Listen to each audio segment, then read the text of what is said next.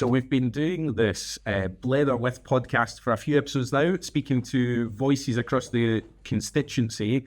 But we decided it was probably a good idea to hear some voices from young people. So we're going to flip the podcast round, and some young people from Burgh Primary are going to ask me some questions, and they're going to take it away now. I'm delighted to be joined by Lucian, Austin and Lena, who are from... Burgh Primary, Primary 7 from Burgh Primary. Burgh Primary, P7, best primary, Yeah. the best primary school. Yes. You were almost going to shake your head there, Lucian, as if there was another better primary school in How dare Rutherglen. you, Lucian? So, Austin, are we coming to you first? Yes. So you've got a question. Go for it. Can you describe a typical day in the life for us? It's a really good question. So on a Sunday, I have to travel down to London so that first thing on a Monday morning, I'm ready to start in Parliament. And there could be anything going on. So debates about all sorts of things, or because I'm a minister in the government, I quite often have to get called to the House of Commons to answer questions, but I don't know in advance if that's going to happen. So you've just got to sort of turn up. And then on a Thursday, I come back up to Rutherglen. And on a Friday, I spend the day doing stuff like this, but also helping constituents with their problems, going out to meet people. I try to get onto as many streets in the constituency as possible. But other things can just come up with no warning whatsoever, and then you've got to try and deal with it as an MP. So it's quite exciting, but it also means you don't really know what you're going to do at the start of the day. So like on a Monday, I'll look at my diary and I think, all right, I'm doing these 5 things. Great. And then I'll have my lunch. And then by 10 o'clock, you're like, oh, actually, there's another 50 things come in that you've got to deal with. So it's different every day, but that makes it quite exciting. Thank you, Austin. I think we're going to Lucian now. Yep, Is this going to be a hard question? I feel like it's going to be a hard question. could be. Do you ever get nervous speaking in Parliament? Oh, that's a really good question. Yeah, I do. I always do.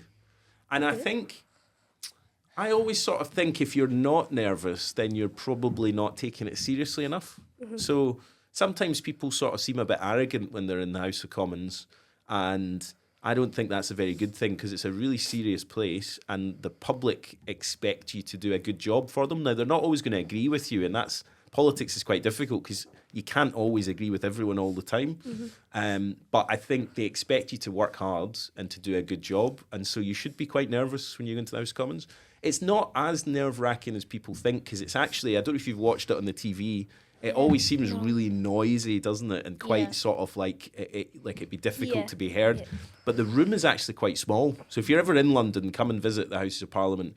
It's actually a really small room. And there's not enough seats for everybody in the House of Commons. So there's 650 people in Parliament. There's only enough seats for maybe about 350. So that's why there's loads of people standing about. And it means it's really noisy. But when you're there, you've just got to try and remember, here's what I want to try and say, and not get distracted by all the noise that's going on. But yeah, I get nervous. And it's a bit like any time you speak in front of big groups of people, it's quite nerve-wracking, isn't it? Yeah. I get nerve-wracking too. Yeah, even doing this is quite nerve-wracking, although you're amazing at it. That's good. Okay, Lena, you've got question number 3. Do MPs from different political parties get on with each other? That's a really good question as well. We do, more than I think people realise. So I think the thing about politics is you sort of have to have a bit of an argument and a bit of a debate, because if I think something about an issue and someone else thinks something else, then politics is about how you have a debate and try and get across your point of view. But at the end of it all, most people in politics are in politics because they want to try and make people's lives better. And whatever political party you're in, you might think that means something different, but you're in it. Most people are in it for the right reasons. And so I get on with a lot of people in politics, but I might disagree with them. And I think one of the things, and this is quite an important lesson for life, I think, is that a lot of people go through their life being really angry with people that they disagree with. But actually what you should try and do is put across your argument, believe what it is that you believe as a person, but try and kind of work constructively with people to make things better. So yeah, I've got good friends in most political parties. Even if I might disagree with them on lots of things, I get on with them okay, and you can have a conversation with them because that's quite important. And it's the same, you'll know in your own school, I know you've been doing sort of mock elections and things, you might disagree with what people stand for, but it's not like you're never going to talk to them again just because they said the opposite thing to what you think. You kind of get on with them and other things, don't you? Yeah. Yeah. everyone eventually gets on with each other in the end. Yeah. Yep. Well, I think that's a good thing for life because life's too short to sort of just not get on with people for the sake of it, particularly because of political reasons. So, Andrew, it's over to you. What's the hardest part about your job? Well, there's two really hard parts, I think. One of them is just the sheer number of emails that I get every single day. Do you want to take a guess how many emails I get in a day? 195. And that's actually pretty accurate. How did you know that? I don't know. It's like a couple of hundred emails a day, so like 200 or 300 emails a day. And some of them, they're like just junk mail like you all get, but most of them need some kind of reply, and that's really hard going. But the hardest thing really of my job is people come to see you as an MP and they've usually got some really serious issue that they want you to try and fix for them. And usually they come to their MP when they've tried loads of other things and they've not managed to succeed. And it could be to do with homelessness or benefits or trying to get a job or antisocial behaviour or any of these kind of things. And sometimes you just can't fix the problem that they've come to you to try and get help with. You try your best and sometimes there just isn't a solution. And that's really hard because you want to try and make people's lives better and sometimes you just hit a bit of a brick wall. So we try really hard to fix people's problems. We don't always succeed, unfortunately, but we try our best.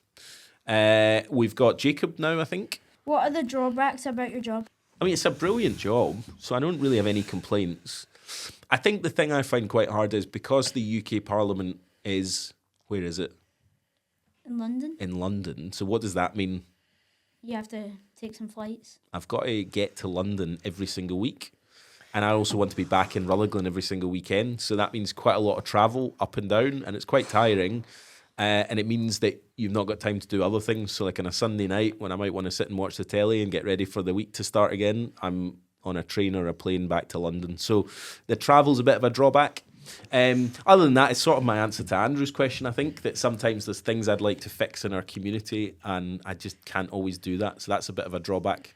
But other than that, it's a really great job. So I don't really have anything to complain about. Lucas. What do you do in your free time and do you have any hobbies? Great question. I don't have as much free time as I used to have, which is maybe another drawback, actually. That's a good point. But I really like, well, there's two hobbies I've got that I don't have as much time for as I used to have. So I like going hill walking. So have you ever heard of a Munro? It's like a big mountain in Scotland above 3,000 feet. And it's a bit of a challenge to see if you can climb all of them. And I've done about 100 of them and I've got more to do. So it's quite good fun because you get out in the fresh air and you see the beauty of Scotland. But the other thing I quite like doing is a bit of running. I like to run around the constituency and see bits, but again, I don't have as much time for that as I'd like. So, Freya, over to you. Who decides how the government spends its money? So the Chancellor of the Exchequer is the person, it's a woman called Rachel Reeves. She's in charge of all the money that the government spends. Okay, the Exchequer is called it's the Treasury. That's where all the money goes. So when you pay tax, that goes to the Treasury, and then they decide how to spend it. And it's a really difficult job because there's lots of different things the government would like to spend money on. So obviously we spend a lot of money on things like the NHS or schools, roads, defending the country. All these things cost money, but people obviously always think, I wish you would spend more money on this, or I wish you would spend less money on this, or I wish you would put our taxes down so we didn't have to give the government so much money. It's all really difficult to balance all of those things up. And if you think about it a bit like when you get given your pocket money, if you get given your pocket money for all the hard work you do at home, you maybe would wish that you were getting more pocket money so you could spend it on more things. But if you don't get more, you have to decide what you're going to spend the money on because you can't buy everything. So that's what happens. The Chancellor decides. Do you think you'd like to be in charge of all the country's money? No. No, you just I'm thought not good about money. That's brilliant. Okay, fair enough. I mean, at least you know that about yourself. That's quite good. Layla, I think we're coming to you next. Yeah. How do you know what people in our area want? It's a really good question, and people often email me and say things like, I'm telling you not to do this, and everyone I talk to says the same thing. And you've got to be quite careful about that because when I get elected in an election, I'm elected to represent everyone, whether they voted for me or not. But I can't ask 70,000 people what they think every single time I've got to vote on something. So it's really difficult. And sometimes you've also got to remember that the people who are the loudest don't necessarily speak for the majority of people. Actually, it's quite often the minority who you've got to try and stand up for. So people who maybe think about different things in a different way, but aren't the loudest about something. So it's quite difficult. And in this country, we don't have votes on every single issue. You elect your member of parliament. Your member of parliament represents your constituency. And if you don't like what they've done, what can you do? You just don't vote for them. At the next election, you get someone else in. So that's how it works. And that does mean sometimes I vote for things in Parliament and people disagree with me. So I've just got to, as a person, think, what do I believe? Go and do it. And if people disagree with me, they can vote for someone else. So that's. But I think I try really hard to hear what people's issues are in the constituency. So I go around and visit people's streets and knock on their doors and ask them, what are the issues affecting you locally? Because I need to learn what's going on in all the parts of the constituency so that I can represent them. And people also email me hundreds of emails every single day to tell me what they think about things as well. So that's how I find out what's going on. Good question, Olivia. And Olivia, you've got our last question. Why should young people like us to be interested in politics? It's a really important question. I actually think it's one of the most important questions. And the problem with politics quite often is young people are the least likely to get involved in politics. And that means that quite often the government doesn't do things that are important for young people because they know you're not going to go and vote anyway. Now, we try and do that differently. So the government I'm in has said 16, 17-year-olds should be able to vote, for example, so that you've got a voice much earlier. But the truth is, the issues that are really important to you often don't get heard in the news as much as they should have. So I think young people have got to be interested in politics because it's your future. And if we think about things like something I spend a lot of time on, because I'm the Minister for Energy in the government, we spend a lot of time talking about climate change, for example. That's one of the most important issues. And I'm going to be long gone by the time some of the big impacts on the planet are felt. And if we don't fix the world now, we're not going to leave it in a very good state for you and for your children. So really important you get involved in politics. But the thing to remember is politics isn't like just your MP and politicians arguing. It's like you giving your opinion on things and having a bit of a debate. Because what's really interesting is I always hear like ideas from young people about what's important, and it's sometimes totally different to what adults think young people think is important. And that's the point. We need to actually listen to you and hear what you think is important. So get involved in politics, write to your MP. Even though you're not old enough to vote, we still represent you. So it's really important that we listen to what you've got to say. Those were great questions. Hi, I'm River. Hi, I'm Leah. Hi, I'm Georgia. And we're from Burgh Primary School, Rotherham. That was brilliant. You're so good at this. It's amazing. Okay, so who's going to go first with the questions? Me. Okay, Georgia, over to you. So, what is your favourite thing about your job? I think by far my favourite thing is one of the things you get to do as an MP is when people come to see you and they've got like a sort of really difficult issue that they've been trying to deal with, and they've sort of like struggled to find someone that will help them. If you can help them solve that issue, that feels really, really good, and it's good for them. So like, I'll give you some examples. A couple of weeks ago, someone came to see me who had been trying to get a house for a long time, and they had kids that were crammed into a room that was too small, and the house they were in just wasn't very good for them, and they had tried and tried and tried, and we worked quite hard to see if we could find somewhere for them, and they got a house. And that was quite difficult because there's not enough houses for everyone and we need to build a lot more houses, but it was really good that when they finally had somewhere they could call home, because that's not very much to ask for, is it? That you've got a home that your kids can grow up in. The downside is you can't always fix everything. There's always a downside. There's always a downside, yeah. Okay. A good bit of philosophy for our podcast. The downside is you can't always fix everything, but when you can, it feels pretty good. There's always a downside. There's always a downside, yeah, okay. That's a good bit of philosophy for our podcast there, Georgia. Leah, we're going to come to you next. How much power do you have as an MP? How much power do you think I've got? A lot. A lot, yeah. What do you think I can do? Fire someone. No, I definitely can't do that. It's quite interesting. A lot of people think that their MP's in charge of everything. I'm actually not in charge of very much at all. So the job of your MP and your MSP is to represent you, and we take up issues on behalf of you or your parents or your neighbours, and we try and get other people to do things. And we've got quite a lot of influence. So if I write a letter to someone and say, I'd like you to sort this problem out, please, it does tend to get taken seriously, but I'm not in charge of them. So all I can sort of do is try and encourage them to do what I want them to do. But I'm also in the government, so I'm a minister in the government. I'm in charge of energy policy. In that job, again, we don't run all of the electricity system as the government, but we've got a lot of influence over trying to make sure we take climate change seriously. We're working to bring down people's bills.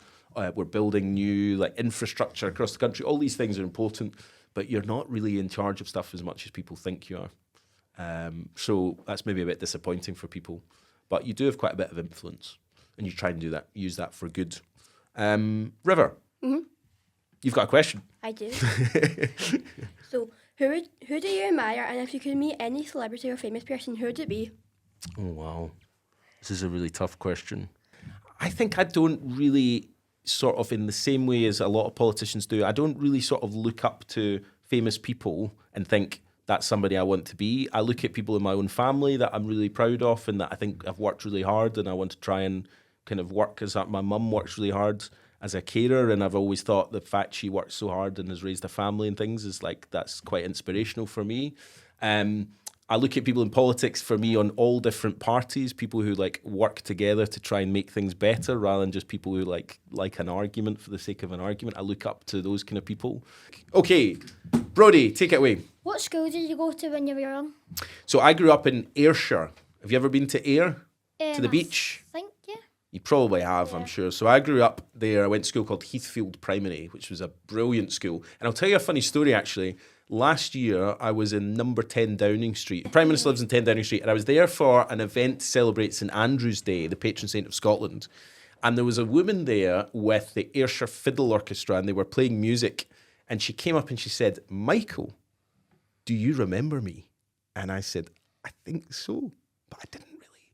And she said, "I'm Mrs. Terrace. I was your primary one teacher at Heathfield Primary School." You don't really remember your primary one teacher when you're 37 years old. So, but she was actually an amazing teacher, and she was in number 10 Downing Street. So you never know, in 30 years' time, maybe you'll meet your primary school teacher somewhere where you're working. So it was a great school. Yeah. Borough's a brilliant primary school as well, isn't it? Is there anything you really loved about your school? I liked that all the teachers were lovely. I liked that we did loads of things as well as school. They did loads of activities for us. We used to do loads of sports stuff. I used to love, I think it's maybe why I got into running, but they used to do loads of cross-country running and things so that you'd go out and run about the place.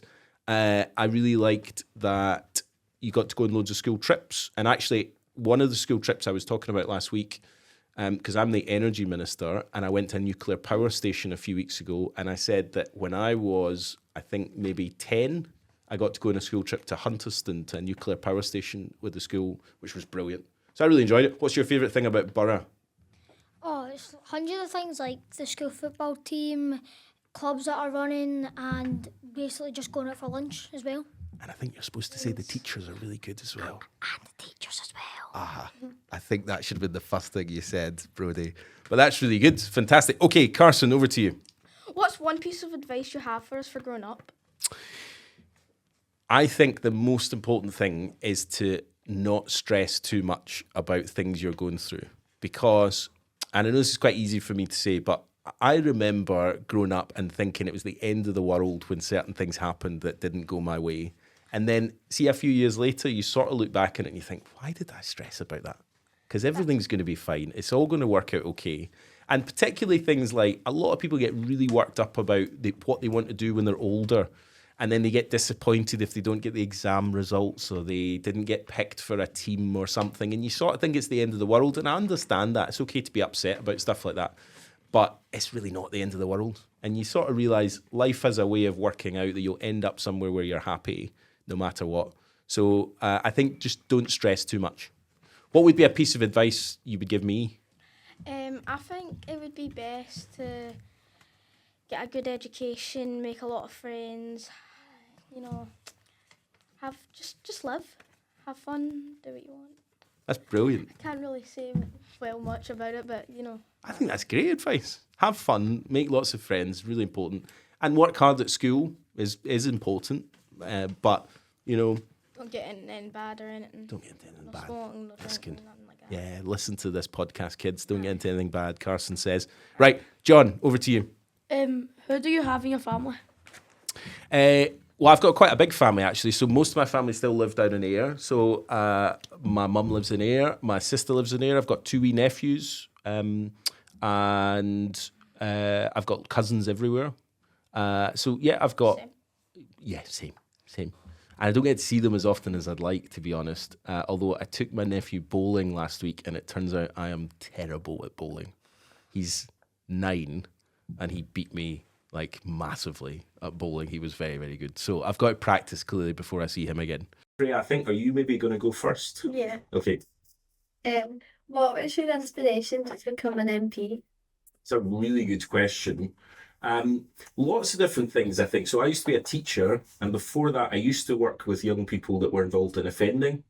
And often in both those jobs, what I discovered were lots of people that didn't have a great start in life.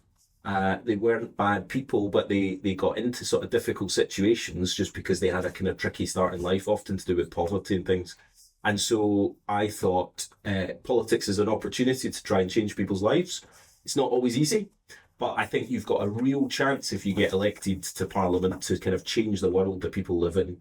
And I thought that was a good opportunity. So that's kind of what inspired me. And it's still what inspires me today, because I go around the constituency and I meet lots of people who work really, really hard, but don't always get a chance to get on in life. And it's not their fault. It's just sometimes things are really difficult. And I think we can try and make people's lives a bit better. Kev, have you got a question yourself? Yeah. So how old were you when you became an MP? I was 35 when I got elected, and I'm 37 now. So I got elected in something called a by-election. So normally every 4 or 5 years, everybody in the country gets to vote for who their MP is. But if someone stops being an MP in one particular area, it's called a by-election. So you have an election just for that area. And that's what happened in Rutherglen back in 2023. And I got elected. And then because there was another election the next year, I had to do it all over again. So I got elected again in a general election just a year later. What was it like standing for election? Oh, I mean, it's quite good fun, but it's really hard work as well. I don't know if you ever had anyone come and knock on your door during an election. I think Miss Anderson said that you've knocked on her door before and really? you've had a chat. All right, okay. And you were telling her about what you do, and she was telling you that she was a teacher. Oh, great. Okay. Well, because that's a big bit of campaigning, is you have to go out and speak to people. But of course, there's 70,000 people in this constituency, so it's quite hard to knock on everybody's door. But you try and do that, and you try and, it's about listening as well. So it's saying, what's important to you, but it's also about telling them, who are you, what do you stand for? And then obviously you have to sort of say, well, I hope you might vote for me. And that's quite hard work. It's quite tiring, but it's also, I really enjoy it, because when you knock on someone's door, you never quite know what they're going to tell you. And sometimes you get some really interesting things behind the door that they think are the most important issues. And it's great to find out what's going on in the constituency. So it's quite nerve-wracking, but it's really good fun. So we've got Faith. You've got our third question. Do you have any pets, and what is your favourite animal? Well, that's a really good question. I don't actually have any pets.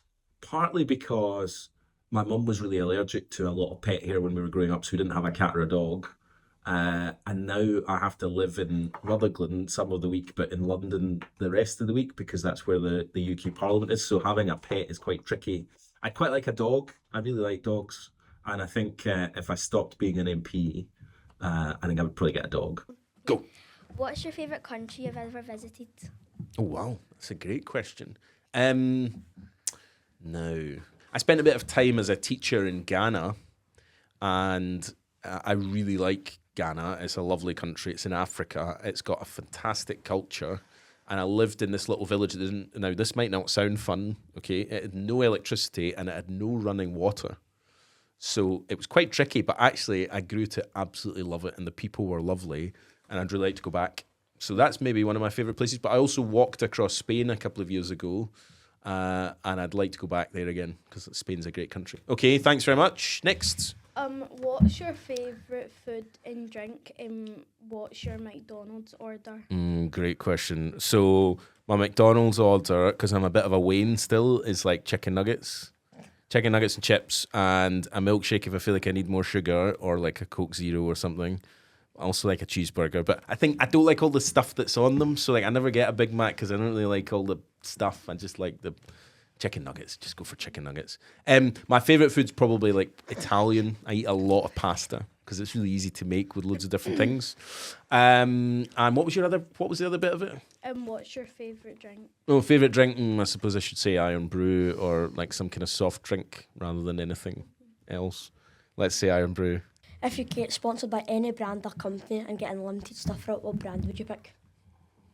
It's a really tough question. Last week, I took my nephew to the new Haribo shop in Silverburn, and I think I was more excited than he was. So I think Haribo probably, if you're listening, Haribo, it's fizzy cola bottles are my favourite.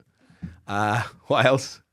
Have you got another question? Yeah. So, what's your favourite meme? My favourite meme? Yeah. Ooh. I use GIFs quite a lot. I'm trying to think what my favourite one is. I'm quite sarcastic. Do you know what I mean by that? Yeah. So I quite often send really cheeky GIFs to people. It's like, the sort of sarcastic faces. It's like, yeah, okay, fine then. I do that quite a lot because it gets across what I'm trying to say better. Or I like the one with is it a dog or a cat or whoever it is in the house and it's all burning around them and they say, this is fine, everything is fine. You know that one? And everything's, I quite like that. Have you got a favourite? If you were sponsored by anyone, what would your... Nike, probably. Oh, Nike. Just Nike stuff all day, like new stuff every day. Fair enough. Good. Sorry this has been shorter than all the other groups, but it's my fault for talking too much. What's your favourite song/band? I don't know if I've got a favourite song, but my favourite bands are probably bands that I'm not sure you'll have heard of. So my favourite band of all time is a band called Arcade Fire, who I've seen live 8 or 9 times. I like that kind of music, so sort of like indie pop kind of music. And really, to be honest, my favourite thing is to see live music as much as possible. So like going to gigs at the Barrowlands, whoever's playing, I sort of really enjoy just because I really like the Barrowlands. Have you ever been to a concert in person? Really good fun. Try and go to as many concerts as you can because they're so much fun. Okay. Layla? What's your dream job if you weren't an MP? What would you do? I think I would go back to being a teacher. So I was a teacher before I was an MP. The thing about being an MP is it's not totally your choice if you stop being an MP. It's up to the people who vote for you. So I might not be an MP forever. It's entirely up to people to vote for me. And I would like to go back to being a teacher because I loved it as a job. I was a high school teacher. If you ask your own teachers, I'm sure they'll tell you it's quite a hard job, but it's really good fun as well. So that was my dream job. So I'd probably go back to doing that. You've been amazing. Thank you so much. Hopefully I haven't made you late for your lunch. We're bang on 5:30. What do you say, guys? Thanks very much. Thanks for listening. Thanks for listening. Goodbye, have fun, and good night. Goodbye. Come back soon. Thank you for your time and good night. Thanks for listening. That was great. Well done.